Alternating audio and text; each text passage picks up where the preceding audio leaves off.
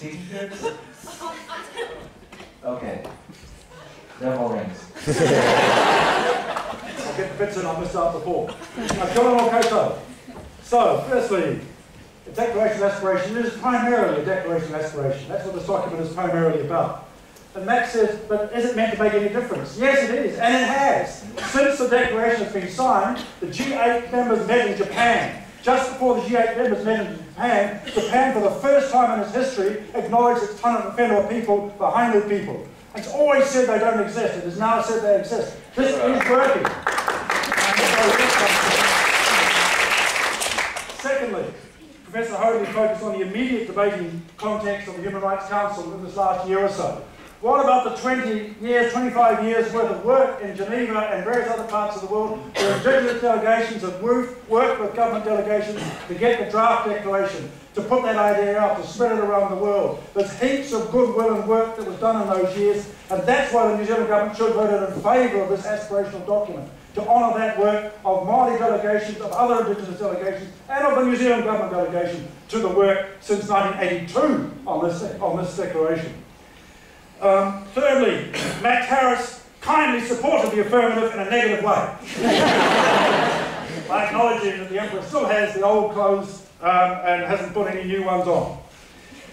So let's put in the bits that I missed out from before because of the ring.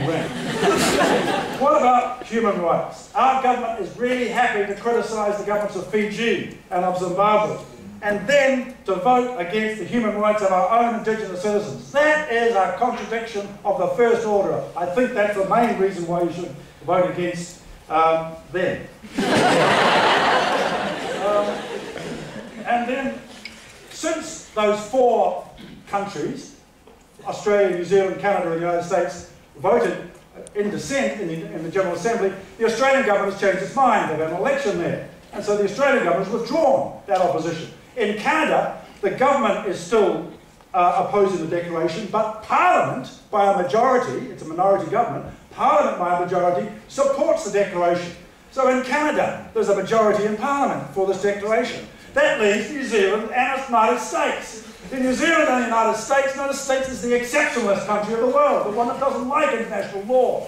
You people come to support Amnesty International. Please support international law. Please uphold human rights. Please, if we have a vote, vote for human rights. Vote for us and vote for them as well, because wasn't it a good debate? What